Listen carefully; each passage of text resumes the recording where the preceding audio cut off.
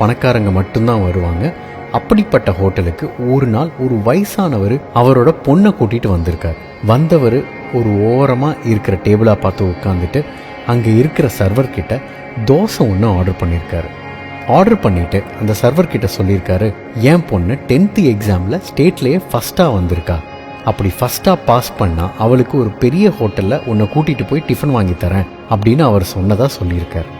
அதுக்கு அந்த சர்வர் அந்த பொண்ணுக்கிட்ட கங்க்ராச்சுலேஷன்ஸ் பண்ணிவிட்டு அந்த பெரியவரை பார்த்து உங்களுக்கு என்ன வேணும்னு கேட்டிருக்காரு. அதுக்கு அந்த பெரியவர், எனக்கு எதுவும் வேணாம்ப்பா, ஒரு தோசை வாங்க தான் என்கிட்ட காசு இருக்குது, அதை என் பொண்ணுக்கு வேணும், அதனால் ஒரே ஒரு தோசை மட்டும் போதும்னு சொல்லியிருக்காரு.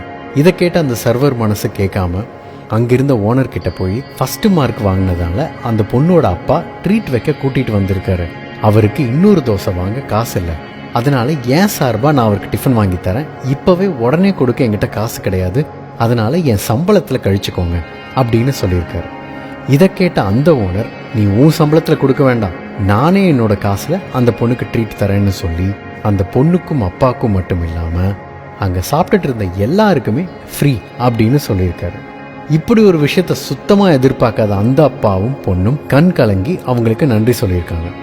இது நடந்து ரொம்ப வருஷம் கழிச்சு அந்த பொண்ணு படித்து முன்னேறி IAS எக்ஸாமில் பாஸ் பண்ணி அந்த ஊருக்கே கலெக்டராக வந்திருக்கு. கலெக்டர் ஆஃபீஸ்லேருந்து அந்த ஹோட்டலுக்கு ஒரு நியூஸ் போயிருக்கு.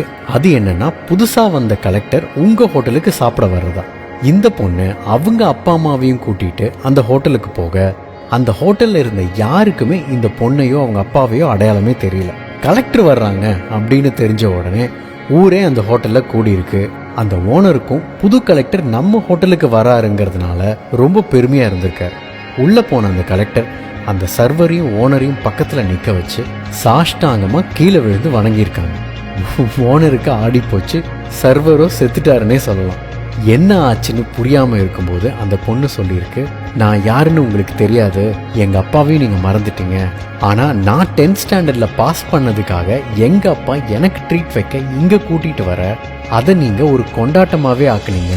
அன்னைக்கு நீங்கள் பண்ண ஒரு சின்ன விஷயந்தான் வாழ்க்கையில் இன்னமும் முன்னேறணுங்கிற ஆசையும் நம்பிக்கையும் எனக்கு கொடுத்துச்சு.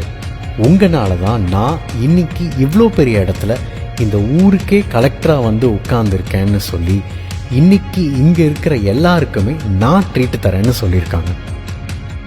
ஏன் எதுக்குன்னே தெரியாமல் சில நேரம் நாம் யாருக்காவது கொடுக்கணும்னு தோணும். அன்னைக்கு கொடுத்துடணுங்க. அந்த நொடி அந்த நிமிஷத்தை விட்டோம்னா திரும்ப நாம் செய்கிற உதவி அவங்களுக்கு தேவைப்படாமையே கூட போயிடும். சரியான நேரம் பார்த்து பண்ணுற உதவி நீங்கள் பண்ணலைங்க, உங்கள் மூலிமா கடவுள் உங்களை பண்ண வைக்கிறாரு. ஏன் பண்ணணும், எதுக்கு பண்ணணும், என்ன காரணத்துக்காக பண்ணணும் அப்படின்னு நீங்கள் யோசிச்சுட்டு இருந்தீங்கன்னா அந்த உதவி காலம் தாழ்த்தி தான் போய் சேரும். அது கடைசியாக உதவியாக இருக்காதுங்க.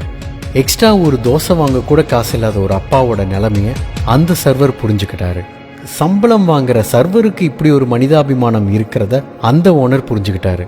அவங்க அன்னைக்கு பண்ண அந்த உதவி தானும் நிறைய பேருக்கு இப்படி உதவி பண்ணணும் அப்படிங்கிற எண்ணத்தை அந்த பொண்ணு மனசில் விதைச்சிருக்கு. அதனால தான் உங்களுக்கு செய்யணும்னு தோன்ற ஒரு உதவியை காலம் தாழ்த்தாமல் செய்யுங்க. தேங்க்யூ. உன் வாழ்க்கை உன் கையில்.